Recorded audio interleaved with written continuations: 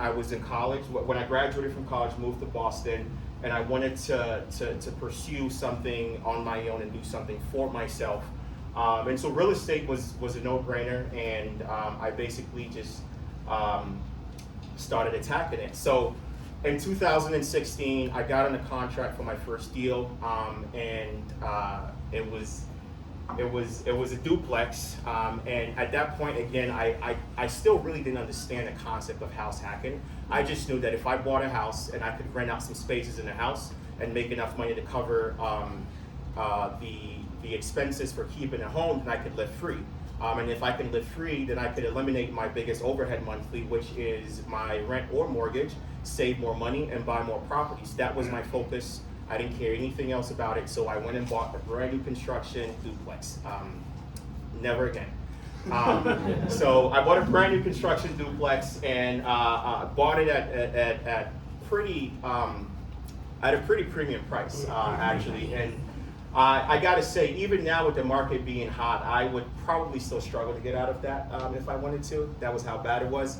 But very shortly after, I realized that even though that in a nutshell wasn't sort of the best, in sort of from a numbers perspective, the best deal that I could have started with, I wouldn't really change anything about that process, because I think, again, back to what I was talking about, turning what is quote unquote problems or mishaps into opportunity areas. I think what I quickly was able to figure out was, this is not a complete dead end, right? I might be able to maximize my opportunities here. And so I began to really look at how I can essentially maximize my value here. So I a lot of reading, went to a lot of meetups, started investing, started networking with some investors, and I met with a gentleman. His name is Jerry. He's an old school investor out of New Haven, Connecticut, and I told him about the dilemma that I had on my hands, and he was like, what's your basement situation like? And he didn't even finish saying that statement, and the light bulb went off, and I realized that okay, I might be able to essentially maximize my yield here. So what I ended up doing was, the basement was an empty 1,000 square foot property. And so I went to the town. I was able to get some approvals. We got some architect, got some drawings done, and we ended up turning the basement into 2 studio apartments, 500 square foot each.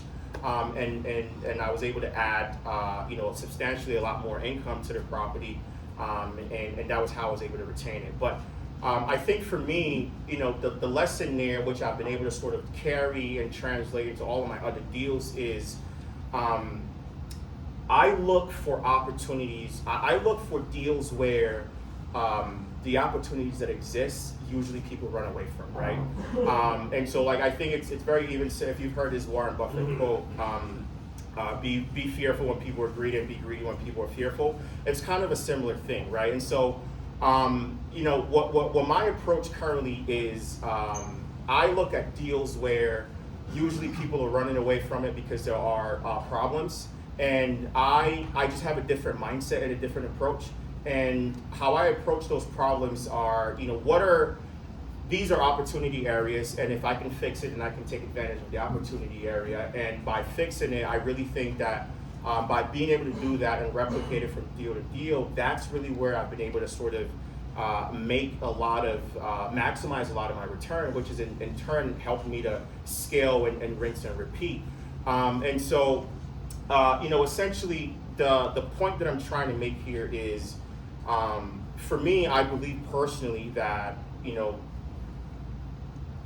our value, and this is just my personal take, right? Our value isn't necessarily dictated by the things that we acquire or the things that we end up owning or having. I think it's about who we become and the skills that we forge and the person, the man or woman that we become out of the process that we go through to achieve these things that we want. I think that's where the value is.